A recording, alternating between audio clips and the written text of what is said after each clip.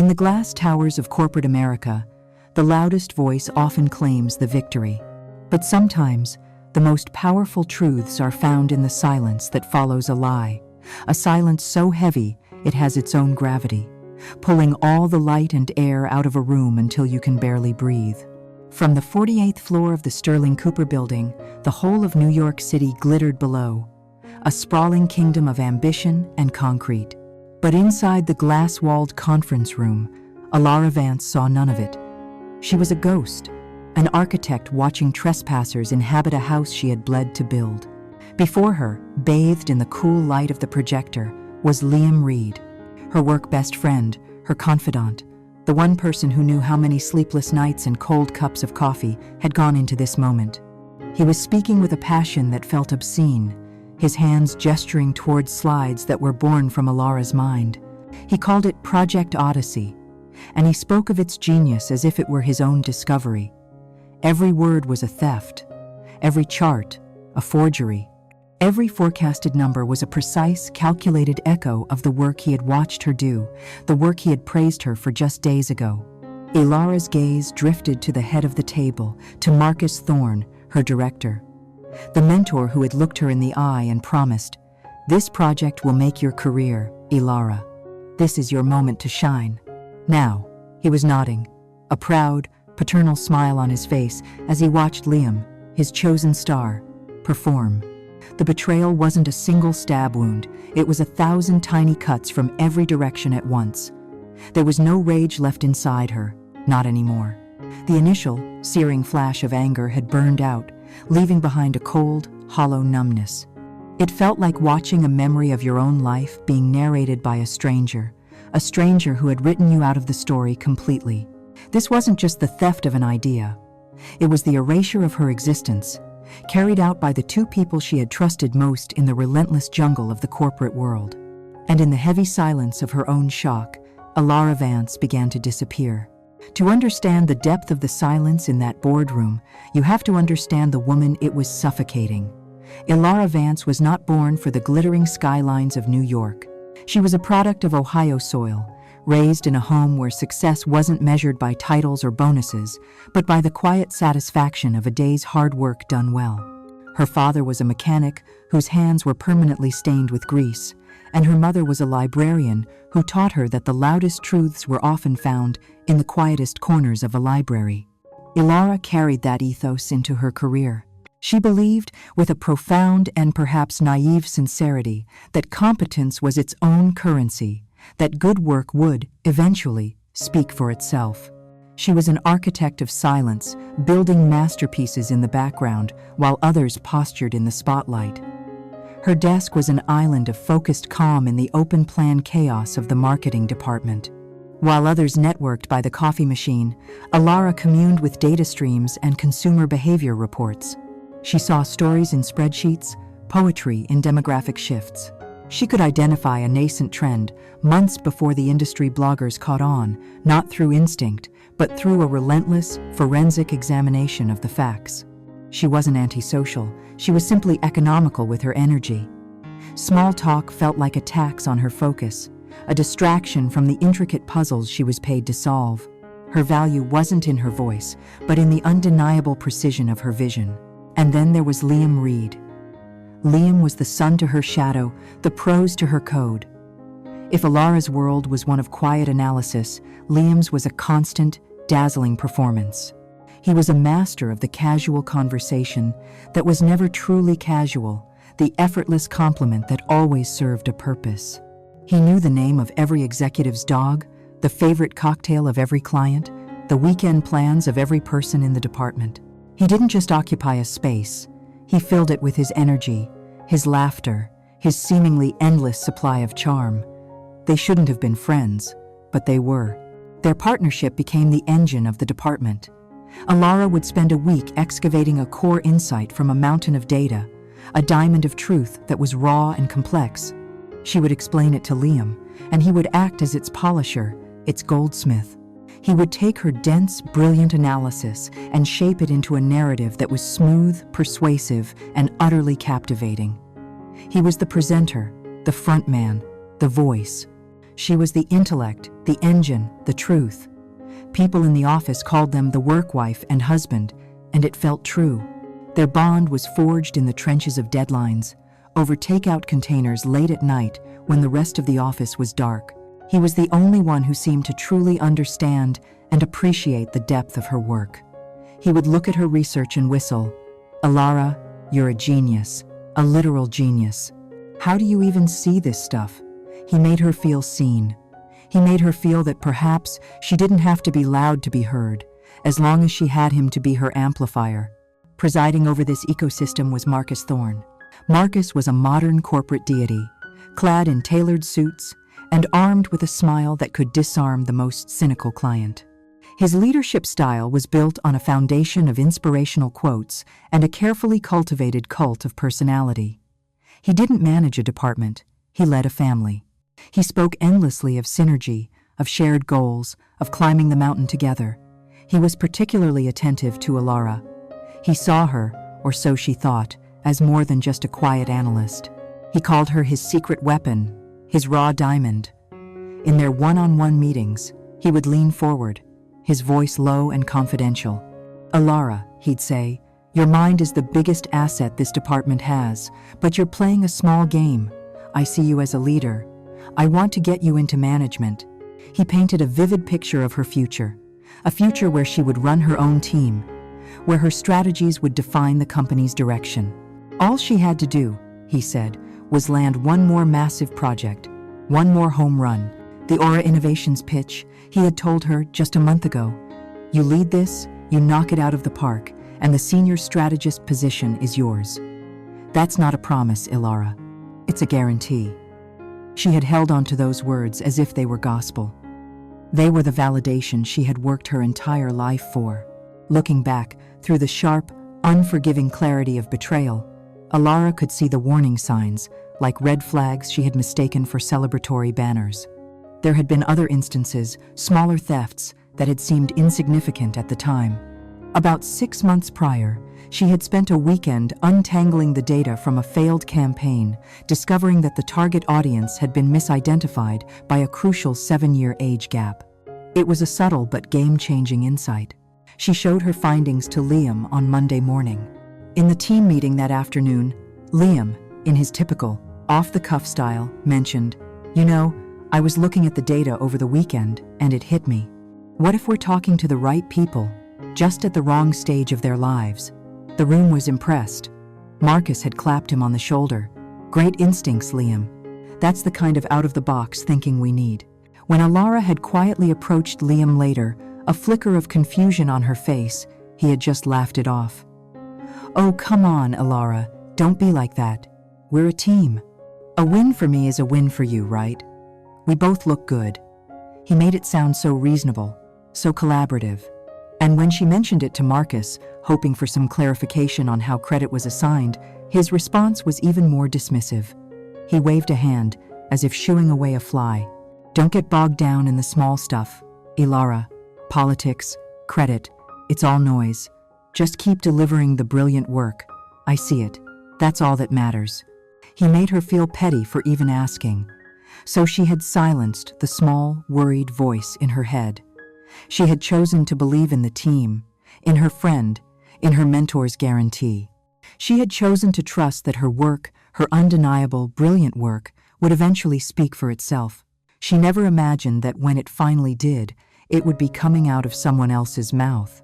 The opportunity arrived on a Tuesday, delivered by Marcus with the gravity of a royal decree. He called an all-hands meeting, a rare event reserved only for the most significant news. The client was Aura Innovations. Even the name seemed to cast a hush over the room. Aura was less a company and more a myth in the tech world. They operated in near-total secrecy, led by a reclusive and formidable CEO, Isabella Rossi. Rumors swirled about what they were creating, something in the realm of personalized artificial intelligence that was poised to be as revolutionary as the smartphone. They had never advertised before, believing their products would speak for themselves. But now, for the first time, they were seeking a partner agency to help launch their magnum opus. Landing this account wouldn't just be a win, it would be a coronation. It was the kind of client that could elevate the entire agency into a new stratosphere of prestige and profitability. The air in the room was thick with a mixture of terror and electric ambition. Later that day, Marcus called Alara into his glass-walled office. The view of the city skyline behind him made him look like a king on his throne. "This is it, Alara," he said, his voice low and serious. "This is the one we talked about. This isn't a team project. This isn't a collaborative effort.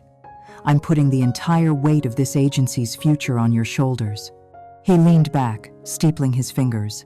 "Liam can handle the client relations, the schmoozing, the logistics. He'll be the face, but you will be the brain, the strategist, the architect. I need something from you that no one else in this building can produce. I need a miracle. You deliver this, and that senior strategist office is yours before the ink on the contract is dry. This is your final exam, Alara. Go and build a masterpiece." The sincerity in his eyes was absolute. Alara left his office feeling a pressure so immense it was almost exhilarating. This was the moment her entire career had been building towards. The quiet girl from Ohio was finally being asked to build an empire. She didn't just work on the project, she became consumed by it. Her small Brooklyn apartment transformed into a command center, a physical manifestation of her mind. The walls were covered in whiteboards, filled with complex diagrams and consumer journeys. Her floor was littered with books not just on marketing, but on mythology, behavioral psychology, classical art, and speculative fiction. Her diet became a rotation of coffee, toast, and takeout, often eaten without tasting, her eyes fixed on a screen.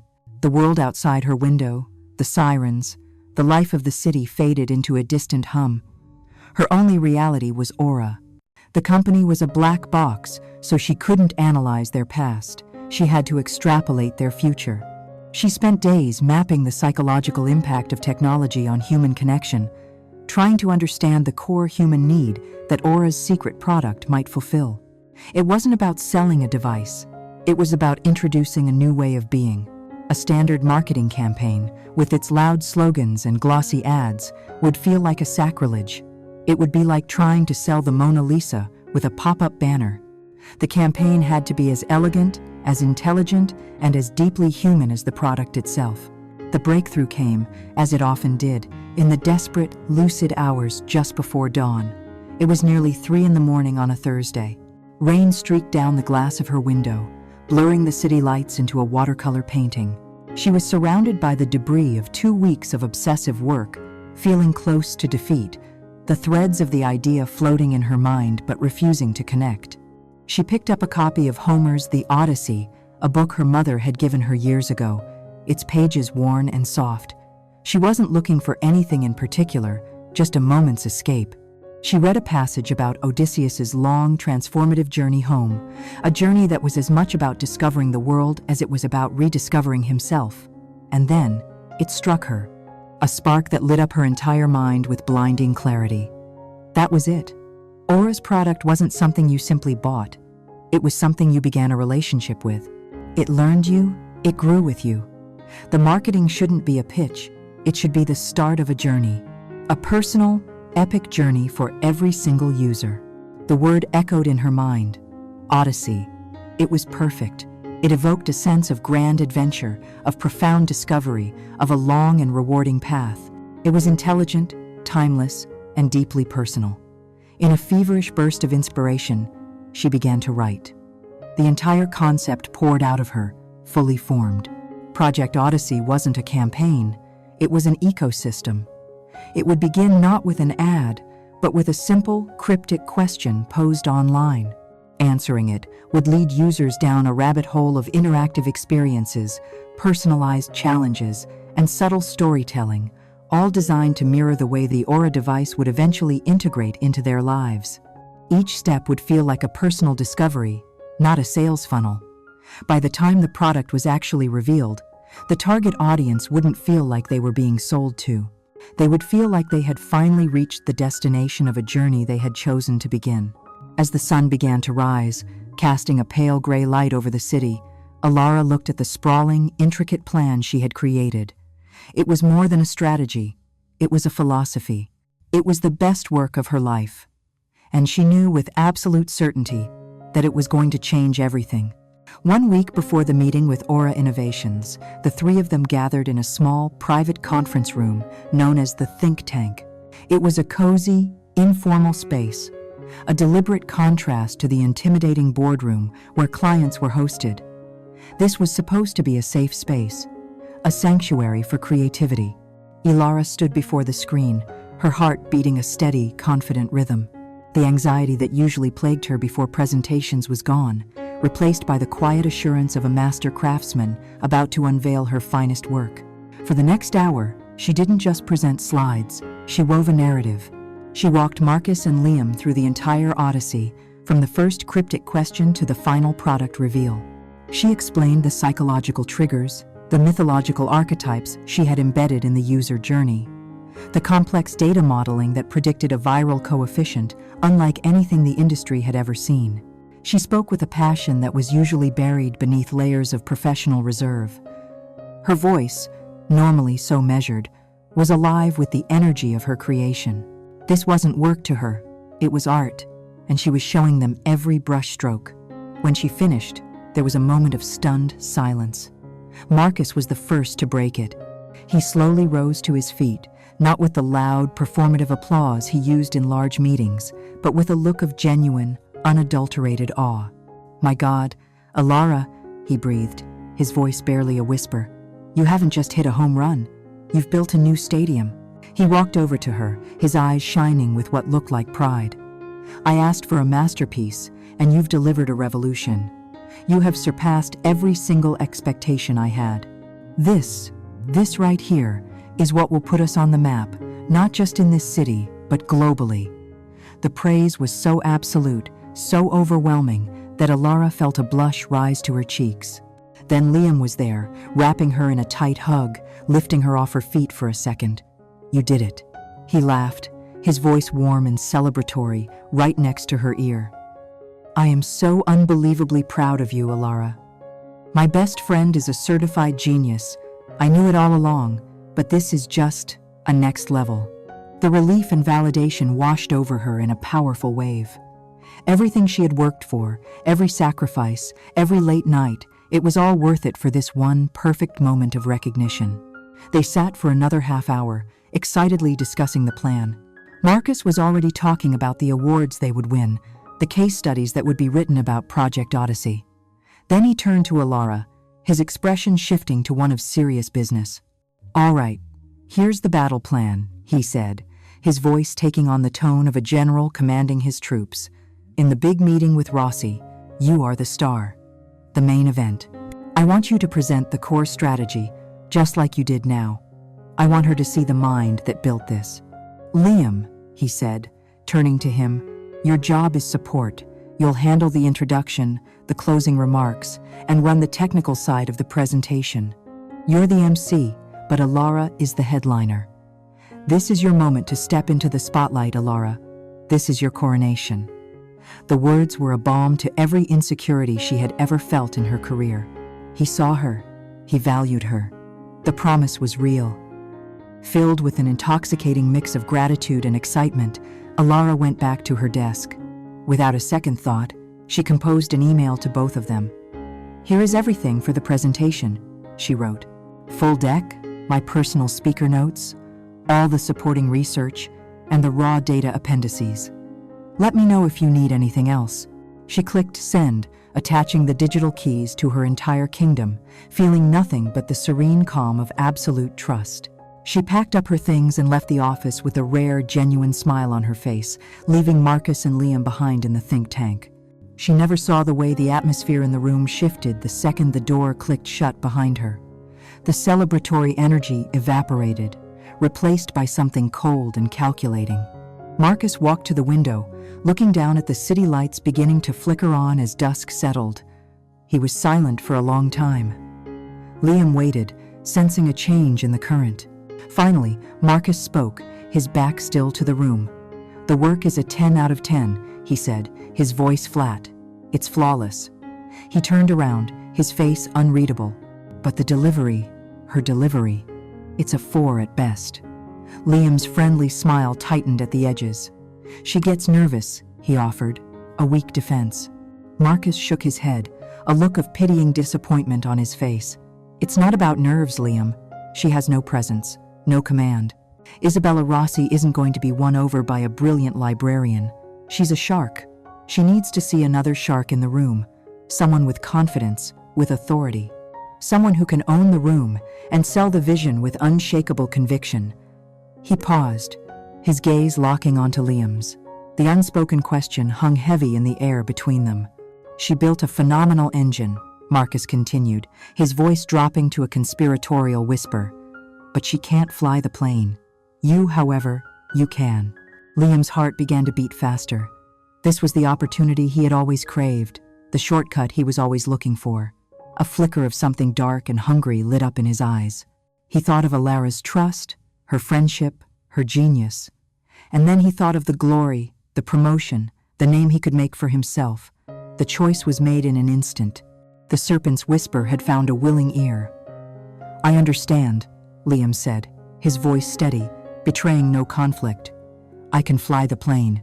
The day of the Aura Innovations pitch arrived with the cold, sterile light of a Manhattan morning. The main boardroom, reserved for occasions of this magnitude, felt less like an office and more like a temple of commerce. A vast mahogany table, polished to a mirror shine, reflected the panoramic view of the city skyline. At each seat, a leather-bound notepad and a pen bearing the agency's logo were placed with geometric precision. The air was still and cool, conditioned to a perfect temperature that did nothing to calm the frantic, nervous energy simmering just beneath the surface. Alara sat to the right of Marcus, her notes resting on the table, her hands clasped in her lap to still their trembling. This was it, the culmination of everything. She felt a nervous thrill, the kind an actor feels just before the curtain rises.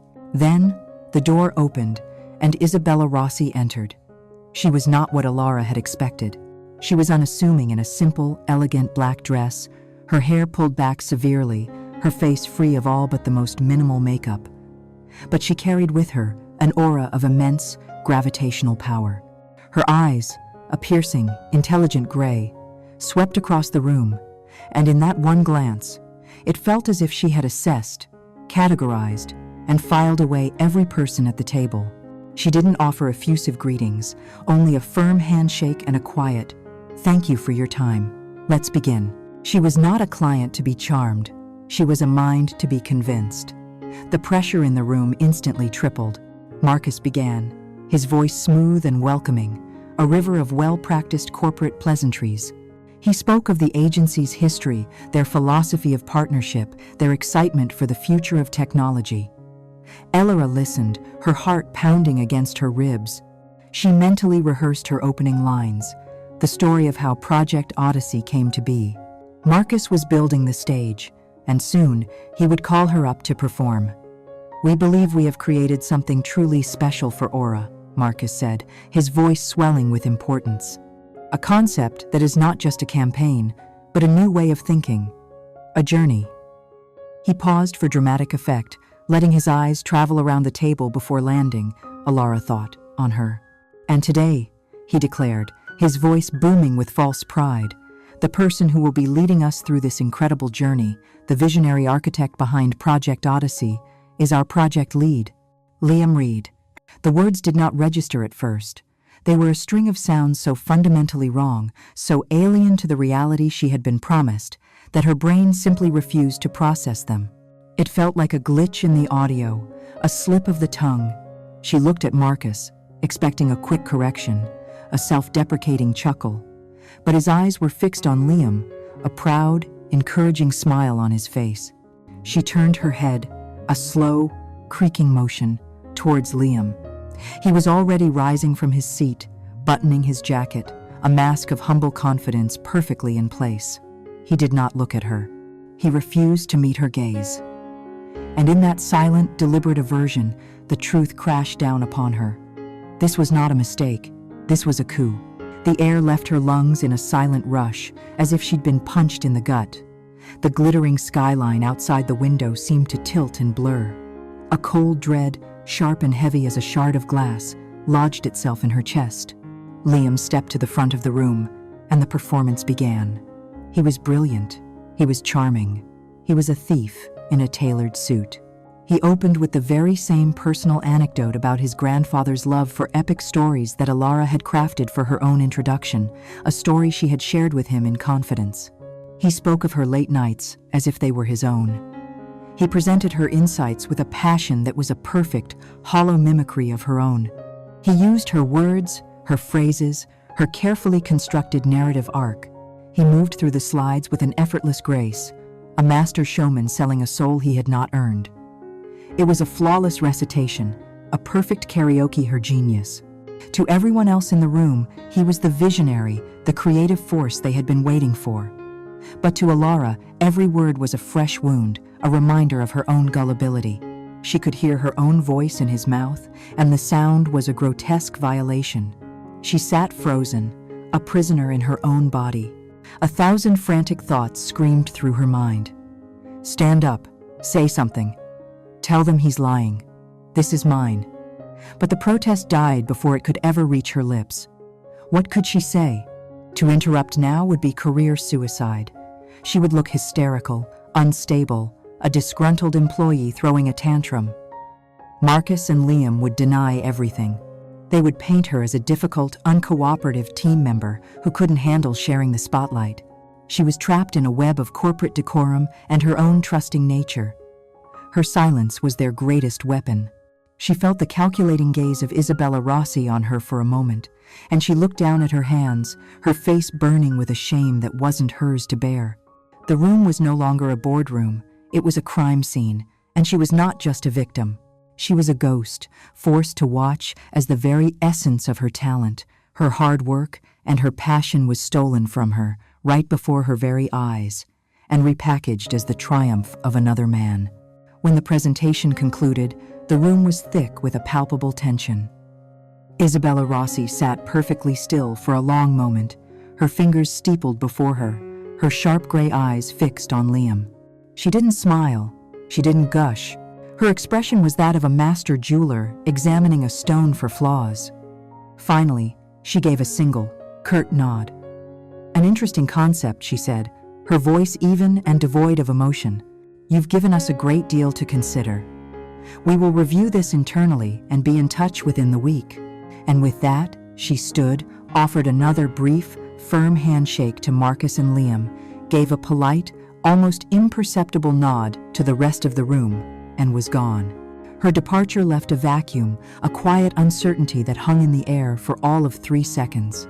Then, the moment the boardroom door clicked shut, Marcus exploded. He did it! The kid did it! He roared, slapping Liam on the back so hard he stumbled. The room erupted. A tidal wave of forced jubilation crashed over Alara, drowning her in its noise. People were cheering, whistling, crowding around Liam, their faces beaming with manufactured excitement. They slapped his back, shook his hand, called him a rock star, a legend. Liam, for his part, played the role of the humble genius to perfection. He smiled, he laughed, he ran a hand through his hair as if overwhelmed by the praise. It was a team effort, guys, really, he said, the words a bitter poison in Alara's ears. She watched the scene from her seat, feeling utterly detached, as if her soul had floated up to the ceiling and was watching a play about a world she no longer belonged to. This roaring, cheering room was the echo chamber, and the lie was the only sound it would now amplify.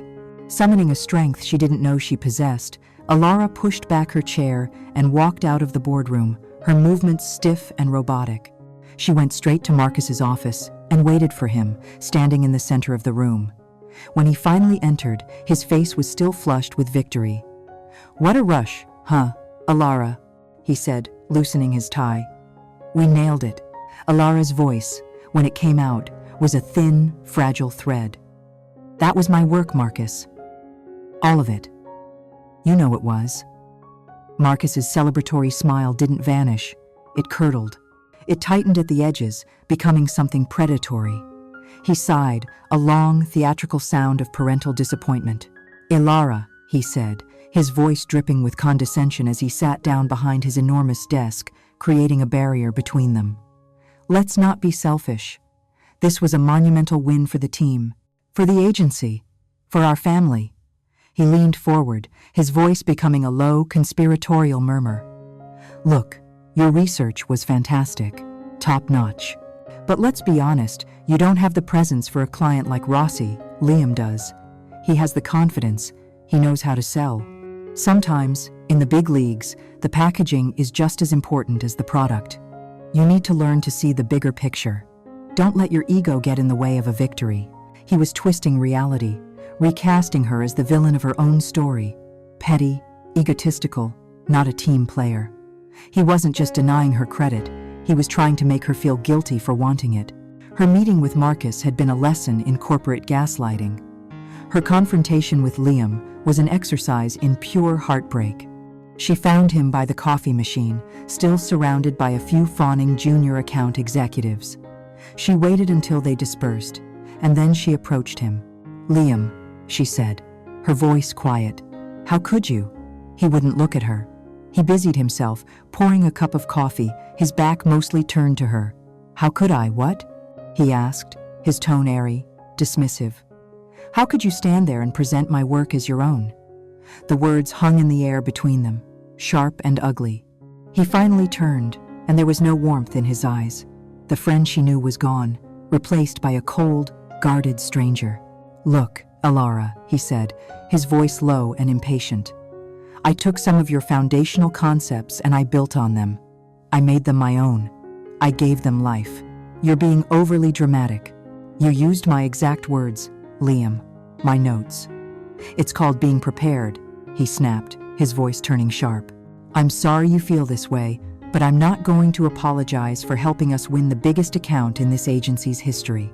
You should be celebrating with the rest of us instead of trying to create all this drama." He picked up his coffee and started to walk away. She reached out, her hand landing on his arm. "We were friends," she whispered, the words cracking with pain. He pulled his arm away as if her touch had burned him. "Friends support each other's success," he said coldly, his eyes like chips of ice. "Maybe you should think about that." He walked away, leaving her standing alone in the middle of the office. The final wall had slammed into place. She was utterly and completely alone. The low hum of the office, once the comforting sound of shared purpose, now felt menacing. The friendly smiles from colleagues felt like pitying, knowing smirks. Her mentor had branded her as selfish. Her best friend had labeled her as dramatic. In the space of a single afternoon, they had not only stolen her work, they had stolen her reputation, her friendships, her very place in the world she had worked so hard to build. The echo chamber was complete, and its walls were closing in, suffocating her in the silence of their shared lie. The 2 days that followed the pitch were a study in gray, muted agony. Alara moved through the office like a ghost, a wraith haunting the scene of her own demise. The cheerful chatter of her colleagues, the clatter of keyboards, the endless ringing of phones, it all sounded distant, like a broadcast from another world. She did her work, but the passion was gone, replaced by a dull, mechanical efficiency. She was a machine running on fumes, her spirit extinguished. The dream of the senior strategist position, the future Marcus had painted for her, had dissolved into ash. She updated her resume late at night, the cursor blinking on the screen like a mocking eye.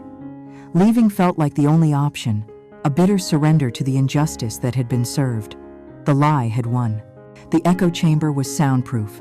There was no way to fight back. She was just another casualty of the corporate war, another quiet talent trampled in the stampede for glory. The email arrived on Thursday afternoon.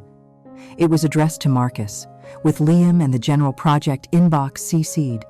Alara only saw it because she still had administrative access to the project folder.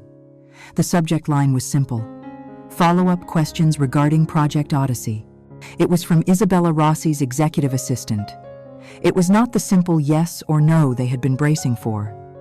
It was something far more dangerous. The body of the email contained 5 questions. They were not the typical client queries about budget or timeline. They were scalpels. One question asked, regarding your projected user adoption curve, what specific behavioral economic principles inform the model? The pattern suggests something more nuanced than standard diffusion theory. Another read, The anamnesis phase of the journey is philosophically intriguing. Can you elaborate on the ethical framework you would use to guide the AI's personalization to prevent manipulative feedback loops? They were questions that went far beyond the glossy surface of the presentation, piercing straight through to the intellectual and moral core of the concept. They were, in short, questions that Liam Reed could not possibly answer. The first sign of trouble was the sudden, urgent summons for Liam to Marcus's office. Elara could see them through the glass wall, their postures radiating a panicky energy that was a stark departure from the smug confidence of the past few days. Marcus was pacing, gesturing wildly at his computer screen. Liam was leaning over his shoulder, his face pale, his usual charm utterly absent. He looked like a student who had been caught cheating and was now being asked to explain the master's thesis he had stolen. Their slick performance had gotten them through the door, but Isabella Rossi was now asking to see the blueprints. And they both knew that the only person in the entire building who had them was the woman they had just thrown into the shadows.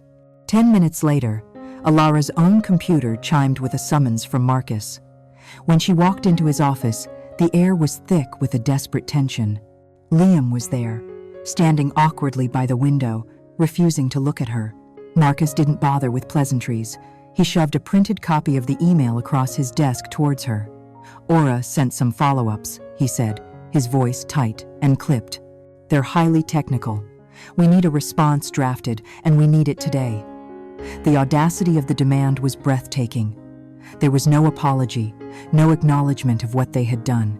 Just a blunt, arrogant order. He was not asking for her help. He was demanding the use of her brain, the very brain whose work he had publicly given to another. He still saw her as nothing more than a resource, a tool to be used to clean up their mess. Something inside Alara, something that had been dormant and defeated, flickered to life.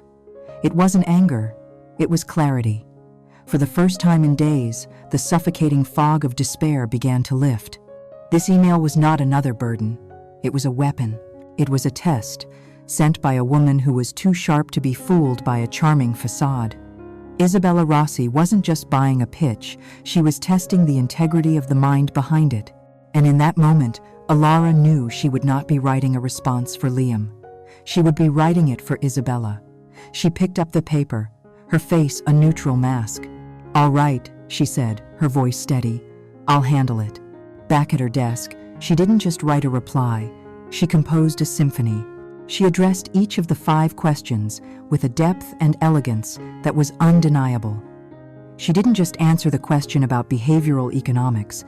She wrote a mini treatise on how Kahneman's prospect theory could be interwoven with Fogg's behavior model to create a user experience that felt less like a product and more like a partnership in self-discovery. She crafted a thoughtful, nuanced response on the ethics of AI, demonstrating a profound understanding of the responsibilities that came with such powerful technology. She used a vocabulary and a sophisticated sentence structure that she knew were galaxies away from Liam's slick but simple corporate speak. It was a voice so distinct, so authoritative, that it could not possibly be mistaken for his. And then, she laid her trap. In her answer to the final question, she embedded her intellectual watermark. She wrote, "Ultimately, the strategy's success hinges on a principle akin to Veblen's theory of conspicuous consumption. But inverted, we are selling not the visibility of status, but the intimacy of inconspicuous intelligence." Thorstein Veblen was a niche sociologist and economist, not someone a typical marketer would quote. It was a deliberate, calculated move. It was a signature, a quiet flag planted on her work for someone intelligent enough to see it. She was sending a message in a bottle, a coded signal directly from one sharp mind to another, right under the noses of her captors. As she attached the document to an email and sent it to Marcus for Liam to copy and paste, she felt the first, true glimmer of hope. The game was not over. In fact, it had just begun. The reply from Aura Innovations came less than an hour after Liam had forwarded Alara's draft. This time, the email was not from an assistant. The sender was Isabella Rossi herself. Her name in the inbox was like a royal summons, and it sent a jolt of panic through the executive floor.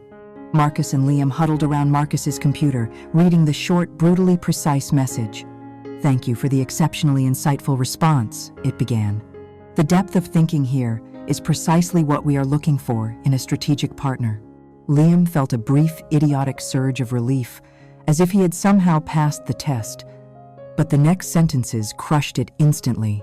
"I was particularly struck by the reference to Veblen's theory of inconspicuous intelligence. It's a brilliant and unexpected parallel. To that end, I would like to schedule a follow-up video conference for tomorrow morning at 10. I want to have a direct, technical deep dive on this point and its practical application to the campaign's later phases. Please ensure that the individual who authored this email response is on the call to lead the discussion. Their perspective is the one I am most interested in." The trap had not only sprung, it had slammed shut with the force of a guillotine. The email was a masterpiece of corporate diplomacy, a polite, smiling assassination. Rossi had not accused them of anything. She had simply, with surgical precision, requested the presence of a mind she knew did not belong to the man who had been presented as the project's lead. The puppet master, Marcus, and his puppet Liam were now faced with an impossible dilemma. To admit that Alara had written the email would be to confess their entire deception. It would expose Marcus's poor judgment and Liam's fraudulent performance. They would lose the account, and their professional reputations would be left in tatters. The alternative, however, was just as terrifying. They could continue the lie, push Liam onto the call, and have him attempt to discuss the nuances of Thorstein Veblen's sociological theories with a CEO who was clearly an intellectual heavyweight. It was a choice between immediate, humiliating exposure and a slightly delayed, but far more spectacular, self-immolation. Marcus, a man whose ego was far larger than his strategic acumen, refused to admit defeat. "This is fine," he said, the lie sounding hollow even to himself. "This is perfectly fine. It's a challenge. We just need to prepare you, Liam." The rest of the afternoon descended into a farcical, desperate charade. They booked the think tank room, the same room where the betrayal had been conceived. But the atmosphere was no longer one of cool conspiracy, it was one of frantic, sweaty panic. Marcus had printed out the Wikipedia page for Thorstein Veblen and was trying to cram a century of economic theory into Liam's head. "Okay, just remember the keywords," Marcus instructed, pacing the room like a frantic tutor. "Conspicuous consumption, leisure class, invidious comparison. Got it?" Liam, whose entire skill set was built on charm and memorizing talking points, looked utterly lost. He could repeat the words, but they were just sounds, empty of meaning. "But what does it mean?" Liam asked, his voice cracking with stress. "What is inconspicuous intelligence?" Marcus threw his hands up in frustration. "It means what Alara said it means. Just say what she wrote in the email." "But Rossi is going to ask follow-up questions. She's going to go off script." Liam protested, his face pale with the dawning horror of his own inadequacy. The puppet master was discovering that his puppet strings were not long enough to navigate this complex dance. Liam, the charismatic performer, was useless without a script, and the only person who could write it was the person they had tried to erase. By evening, both men were exhausted and defeated. Liam couldn't grasp the concepts, and Marcus knew, with a sinking certainty, that sending him into that meeting alone would be a massacre. A new, even more desperate plan began to form in Marcus's mind. He called Alara back into his office. She entered with the same quiet neutrality she had maintained all day, a calm that he now found deeply unsettling. "There's been a change of plans," Marcus said, avoiding her eyes. Isabella Rossi was very impressed with the email. "She wants a follow-up call tomorrow. Liam will lead it." He paused, waiting for a reaction, but Alara gave him none. She simply waited. "You will be on the call as well," he continued, the words tasting like acid in his mouth. "Your official role will be lead data analyst. You are there for support only. Your camera will be off, and your microphone will be muted." He finally looked at her, his eyes cold and hard. "You will not speak unless Liam directs a specific, data-related question to you. If he asks for a number, you give him the number. Nothing more, no opinions, no strategy, no philosophy. You are a living calculator for him. Is that understood? The insult was monumental. She was not to be a strategist, not even a colleague. She was to be a tool, a human safety net hidden in the digital shadows to save the man who had stolen her voice. She was being ordered to sit silently and assist in the performance of her own intellectual theft. Alara looked at Marcus, at his desperate, arrogant face, and saw not a powerful executive, but a terrified little man trapped in a cage of his own making. "Understood," she said, her voice perfectly even. And in her mind, she began to prepare for a very different kind of performance. The morning of the call, the main boardroom was a pressure cooker of unspoken fear. Marcus and Liam sat at the center of the vast mahogany table, two overdressed actors preparing for a show they knew they were not ready for. They had positioned the main camera to frame them perfectly, a portrait of competence and control that was entirely fraudulent. On a small side table, just out of the camera's view, sat Alara. She was exactly as Marcus had ordered, a ghost in the machine. Her laptop was open, her microphone was muted, her camera was off. To the person on the other end of the call, she would be nothing more than a name on a participant list, a silent resource to be tapped if needed. But Alara knew her role was far more significant. She was not a safety net. She was a time bomb, waiting for the right moment to detonate. At precisely 10 o'clock, a new window popped up on the large screen at the front of the room. Isabella Rossi's face appeared, crisp and clear. She was in a minimalist office, a stark white wall behind her. Her expression was neutral, professional, and gave away absolutely nothing. "Good morning, Marcus, Liam," she said, her voice calm and direct. "Thank you for making the time. I'd like to get straight to it, if that's all right." Marcus, ever the schmoozer, tried to interject with pleasantries. "Of course, Isabella, it's our pleasure. We were just saying how much we..." Isabella cut him off, not rudely, but with an efficiency that was just as effective. "Excellent," she said, her eyes already locked on Liam. "Mr. Reed, your email was quite compelling. Let's start there. Your concept of inconspicuous intelligence. It's a fascinating turn of phrase. Please walk me through the practical, step-by-step application of this theory in the campaign's execution." The moment of judgment had arrived. Liam, to his credit, started strong. He summoned all of his performative charm, his voice smooth and confident as he launched into the pre-rehearsed script. "Absolutely, Isabella. The core idea of inconspicuous intelligence is about moving beyond the traditional, loud signifiers of status. It's not about showing off the product, but about demonstrating its intrinsic value through subtle, personalized experiences that resonate on a deeper level. It's about leveraging the principles of the leisure class, but in a digital, modern context." He was hitting all the keywords Marcus had drilled into him. He was delivering the lines, but there was no life behind them, no genuine understanding. He was a tour guide reading from a plaque, not the architect of the cathedral. Isabella listened patiently, her expression unchanging. When he finished his vague, circular explanation, she let a beat of silence pass before she struck. "Interesting," she said, the word sounding more like a diagnosis than a compliment. "So in that framework, how would you differentiate the consumer's motivation from simple aspirational marketing?" Aspirational marketing also relies on intrinsic value. What specific metric on your dashboard would prove to me that the inconspicuous element is actually what's driving engagement and not just a desire for a premium product? It was a surgeon's question, precise, deep, and utterly devastating. It was a question that required not just knowledge, but wisdom. It required an understanding of the theory, not just a recitation of its name. The silence that followed was immense. Liam's confident facade didn't just crack. It shattered into a million pieces. The color drained from his face. His mouth opened slightly, but no words came out. He looked like a fish gasping for air. His eyes, wide with panic, darted towards Marcus, a desperate, silent plea for help. But Marcus was equally helpless. He couldn't answer the question either.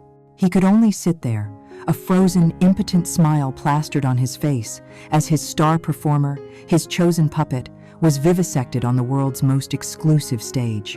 The silence stretched from awkward to excruciating. It was the sound of a lie collapsing under its own weight.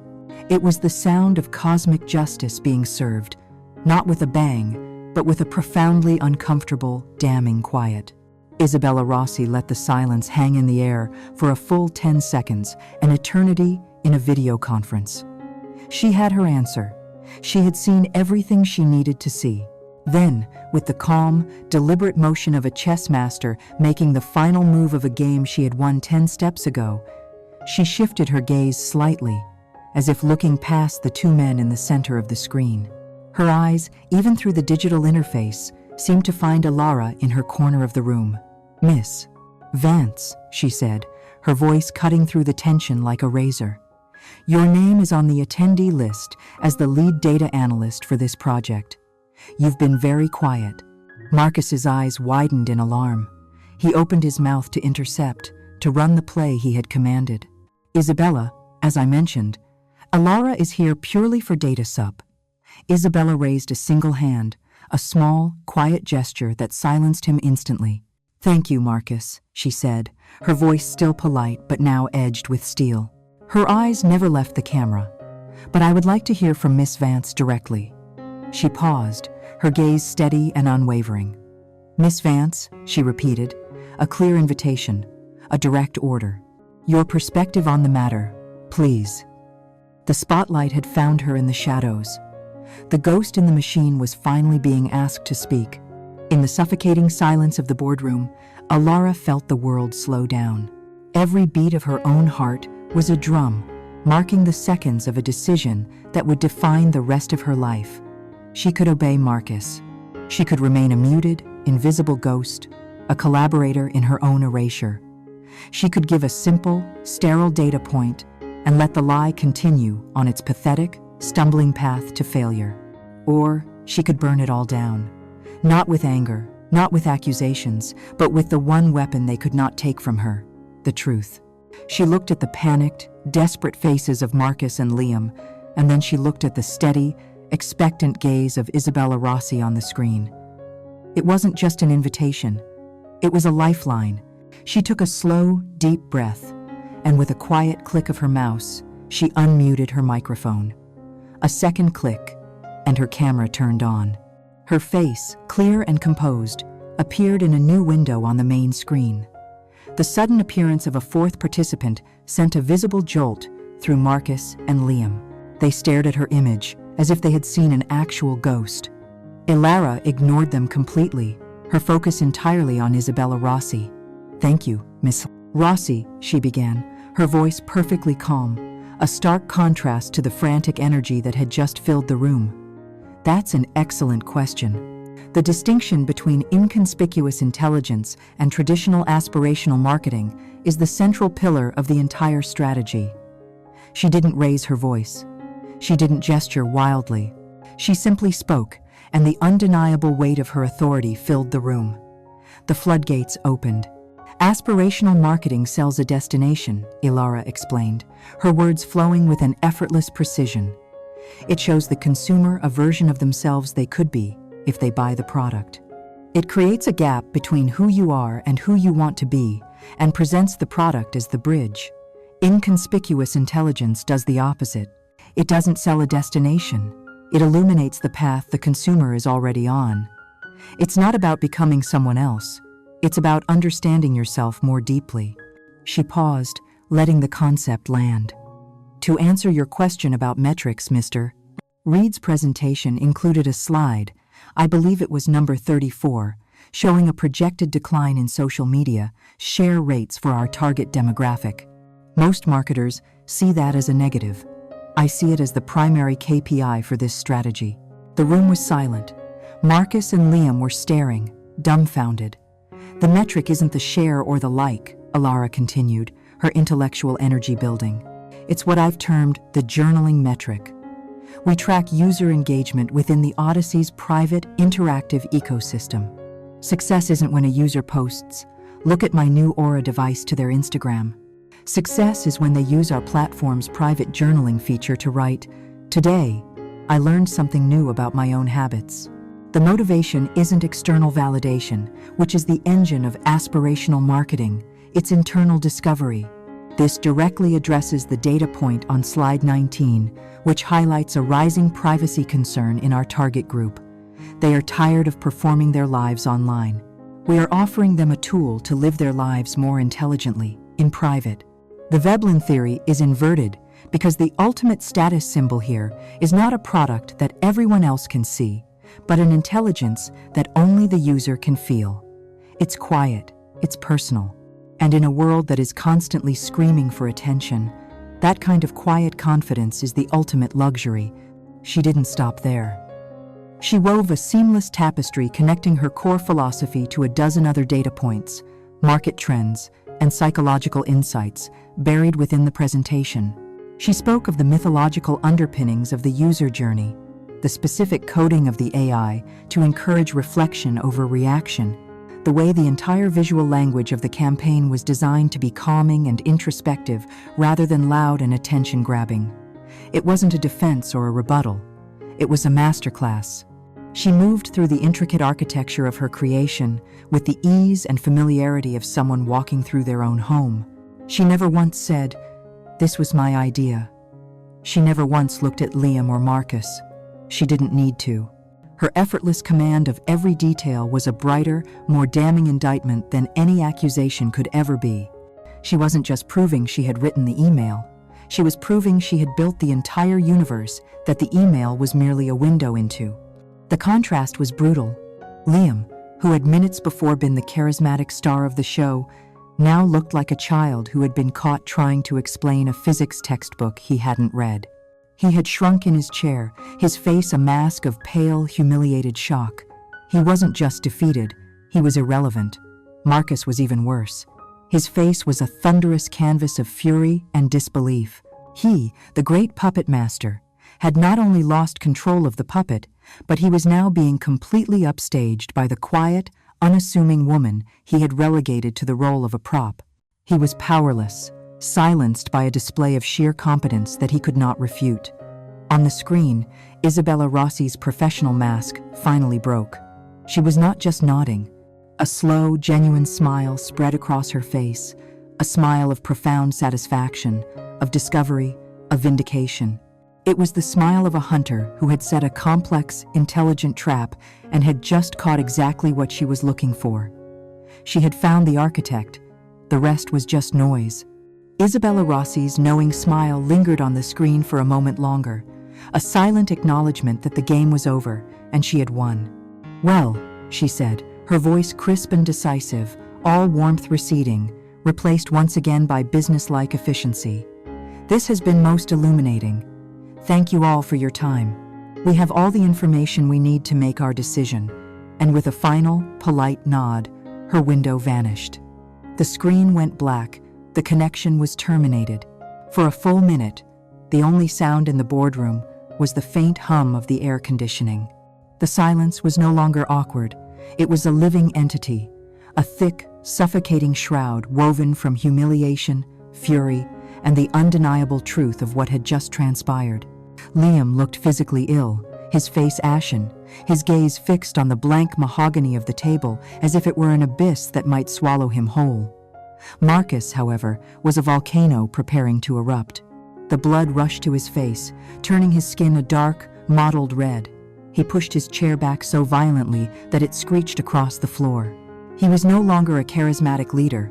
He was a cornered animal, and his feral eyes fixed on the source of his humiliation. He turned to Alara.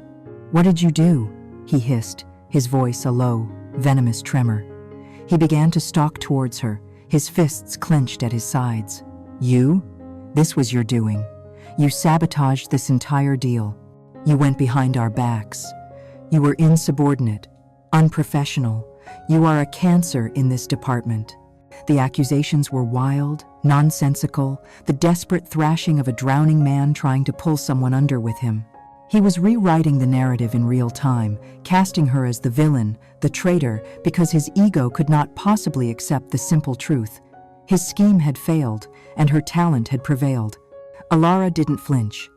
She simply met his gaze, her calm a mirror that reflected his own ugliness back at him. Her silence, her refusal to be provoked, only fueled his rage. You thought you were so clever, didn't you? He spat, now standing directly over her. Well, your cleverness just cost this agency millions. It just cost people their jobs. You think you're untouchable? You're nothing. He leaned in, his voice dropping to a theatrical, cruel whisper. You're fired, Ilara. Get your things. Get out of my building. Your career in this city is over. It was in that precise moment, at the absolute zenith of his impotent fury, that a small, polite chime echoed through the silent room. It was the notification sound from Marcus's laptop. A new email had arrived. Both Ilara and Marcus glanced at the screen.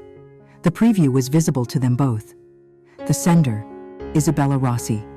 The subject, regarding our recent proposal. But it was the recipient line that made Marcus's blood run cold.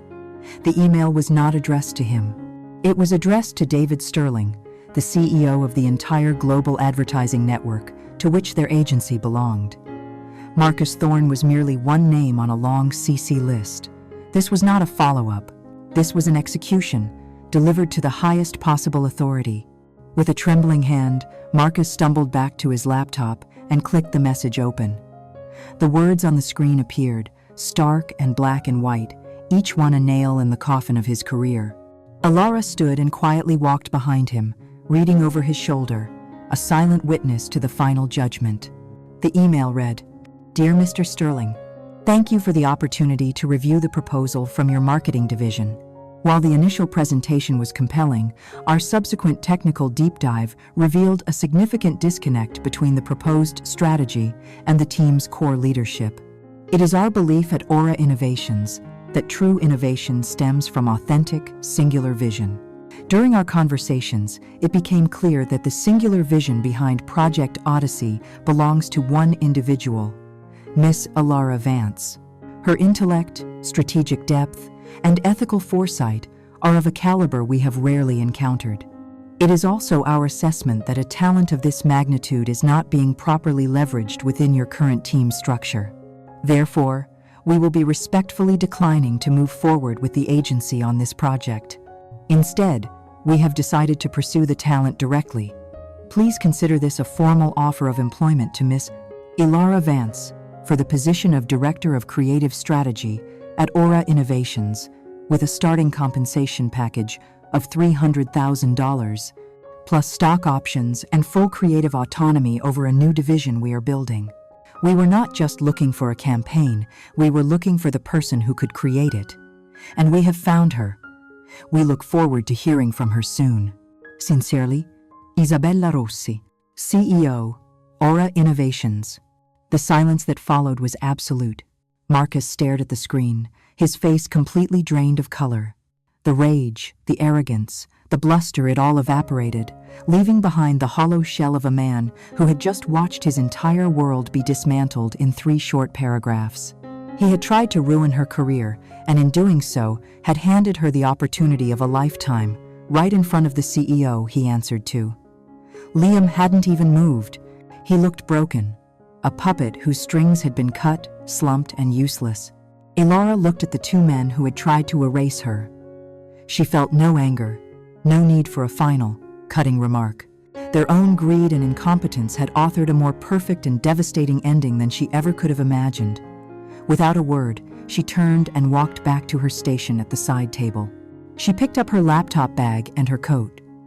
Then she walked towards the door of the boardroom, her footsteps the only sound in the funereal silence. She didn't look back. She didn't need to. Justice had been served.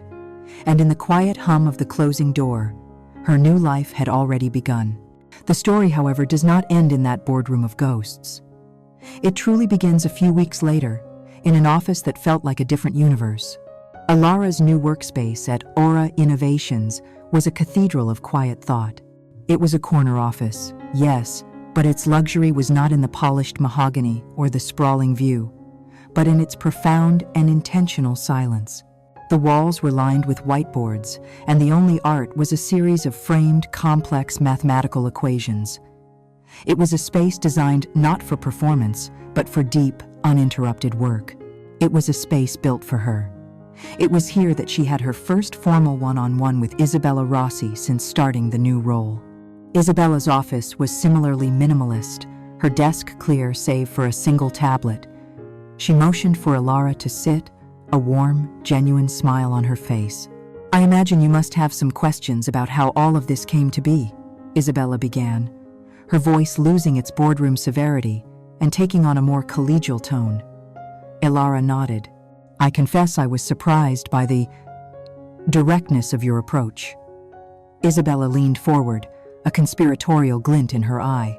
"Ilara, what you must understand is that Project Odyssey, the pitch, the whole competition, it was never about finding a marketing campaign. It was an elaborate, expensive, and frankly, exhaustive executive search. We don't audition agencies, Ilara. We audition minds." The final piece of the puzzle clicked into place. The strange, deeply philosophical questions, the intense focus on the why behind the what, it all made sense. "Our products are about creating a more authentic, intelligent relationship between humans and technology," Isabella continued. "To do that, we need creators who are themselves authentic. The corporate world, particularly in marketing, is filled with brilliant performers, charismatic frontmen who are masters of the pitch. We had no interest in them. We wanted the architect, the person in the quiet room who actually builds the damn thing." She explained that they had designed the entire process as an integrity test. They sent out a deliberately complex and vague brief, designed to see who would rise to the intellectual challenge. They watched the presentations, not for the showmanship, but for the glimmers of a singular, powerful idea. "When your former colleague presented," Isabella said, "the performance was flawless. But the ideas felt borrowed. Like a beautiful suit worn by a man it wasn't tailored for." The real test, of course, was the follow-up email. Those questions were designed to be unanswerable by a performer. Only the true author could navigate them. "Your response was not just an answer, it was a proof of ownership. You didn't just show us your work, you showed us your character." Ilara finally understood. She hadn't stumbled into a lucky break. She had passed the most difficult job interview of her life without even knowing she was in it. As for Marcus Thorne and Liam Reed, their judgment was swift and silent, carried out by the slow, grinding gears of corporate consequence. The email from Isabella Rossi to the global CEO was a professional obituary. Marcus was summoned to the corporate headquarters the very next day. He was not just fired, he was publicly humiliated. The story of how he had mismanaged and failed to recognize a world-class talent, losing not only the talent, but also a client of Aura's magnitude in the process, became a cautionary tale whispered in executive circles. His reputation as a leader was permanently shattered. Liam's fate was quieter, but perhaps more tragic. Without Ilara's intellect to give his charm substance, he was exposed for what he was, an empty vessel. After Marcus was removed, the new leadership reviewed his contributions and found them wanting. He was let go in a wave of restructuring a few months later, his brief moment of stolen glory now a permanent stain on his resume. He had flown too close to the sun on borrowed wings, and the fall back to earth was brutal. Ilara learned of their fates through office gossip, but she felt no sense of triumph, no satisfying rush of revenge. Her victory had already occurred, not in their downfall, but in her own ascent. She realized that the most powerful form of justice is not born from a desire for retribution, but as a natural consequence of one's own integrity. She had not needed to plot or scheme. She had only needed to be excellent, to be undeniably good at what she did, and to have the courage to speak her truth when the moment finally came. Her work had become its own witness, her competence its own verdict, and so let this be a lesson. Never underestimate the silence of a person who has endured too much. Their quiet is not weakness, it is observation. Their patience is not passivity, it is the calibration of a plan. For while others are busy claiming the spotlight and amplifying the noise, the silent ones are in the workshop, building the truth. And when that truth is finally revealed, it has the power to rewrite the entire story, leaving the liars and the thieves with nothing but the hollow echo of their own empty words. That was the story of Ilara Vance, a quiet architect who learned that the best revenge is not to destroy your enemies, but to build a world so magnificent that they are no longer a part of it. Thank you for listening. Join us next time as we unlock another door and peer into another corner of the endlessly fascinating drama of the corporate world.